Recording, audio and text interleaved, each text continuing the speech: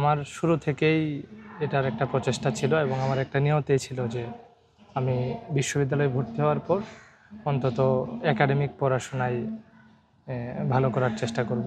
আপনার কাছে আসলে জানতে চাইবো যে আপনার একটা ভালো সাফল্য লেখাপড়া এই যে সামনে একটা রেজাল্ট বেরিয়েছে কিছুদিন আগে, তো এই সাফল্যটার পেছনে আসলে গল্পটা শুনতে চাই। আমি সাইদ বিন হাবিব। আমি এবছর চট্টগ্রাম বিশ্ববিদ্যালয়ের ইতিহাস বিভাগ 19-20 সেশনে স্নাতক পরীক্ষায় প্রথম হয়েছি। আমার তো আসলে অনার্সের সার্বিক ফলাফল তো প্রথম বর্ষ থেকেই শুরু হয়, first year, second year, third year, fourth year সম্মিলিত একটা রেজাল্ট অনার্স।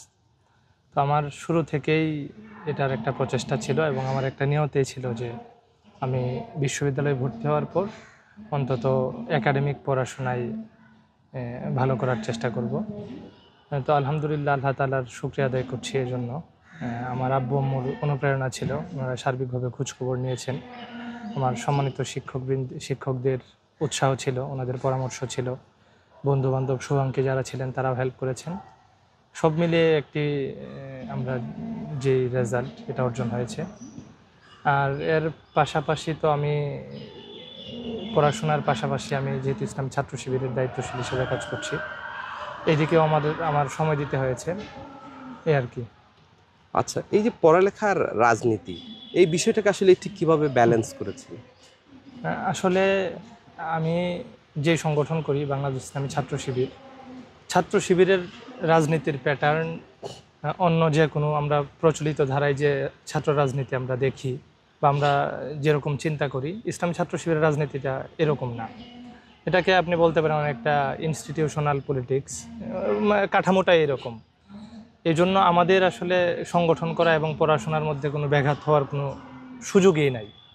এবং বরঞ্চ ইসলামী ছাত্র শিবির করার কারণে একজন শিক্ষার্থী তার পড়াশোনার প্রতি আরও অ্যাটেন্টিভ হওয়া, আরও বেশি মনোযোগী হওয়া, এটা আরও বেশি হয় ছাত্র শিবির করার কারণে। আমরা আসলে প্রচলিত রাজনীতিতে যেটা দেখি যে ওরা বিভিন্ন মিছিলে মিটিংয়ে ওদের নিয়মিত থাকতে হয়, ঊর্ধ্বতন কোনো দলের লেজুর বৃত্তি হিসেবে তারা ওদের মিছিলেও থাকতে হয়, কিন্তু ইসলামী ছাত্র শিবিরের সেই কাজটা করতে হয় না।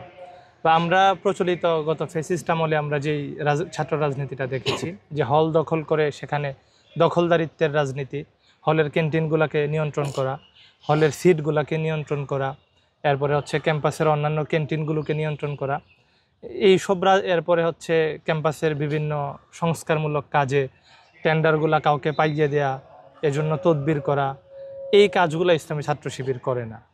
তো স্বাভাবিকভাবে আমাদের কাজগুলো হয় সবগুলো কাজে একাডেমিক।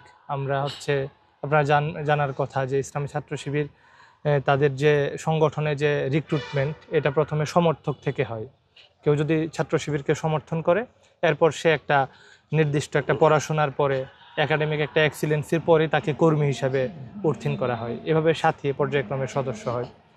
তো এই জন্য আমাদের আসলে পড়াশোনার সাথে সংগঠন করার কোনো ব্যাঘাত হয় না, বরঞ্চ আমার বিভিন্ন প্রোগ্রাম দিতে আমার জবাবদিহিতা করতে হয় যে আমি কেন পড়াশোনা কম করছি, কেন আমার পাঠ্যপুস্তক অধ্যয়ন কম।